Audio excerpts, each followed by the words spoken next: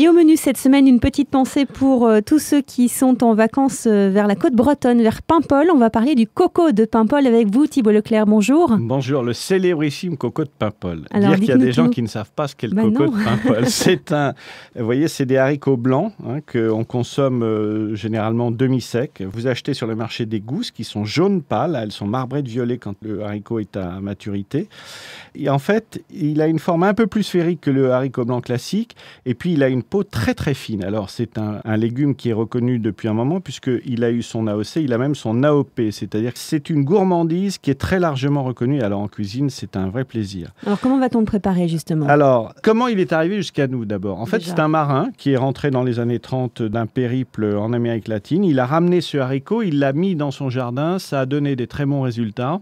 Probablement parce que le climat et le terroir fonctionnaient parfaitement avec le coco de Paimpol. Et pendant la guerre, comme il y avait des restrictions, ça a connu un véritable essor. Mais en fait, ça ne voyageait pas très bien parce que vous êtes obligé de les écosser avant de les envoyer sur les marchés.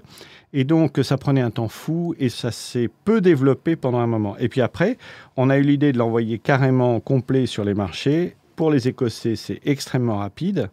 Alors, comment on les prépare ? C'est assez simple. Vous allez faire un court bouillon. Vous mettez tout ce que vous aimez dedans. Évidemment, des saveurs qui se répondent.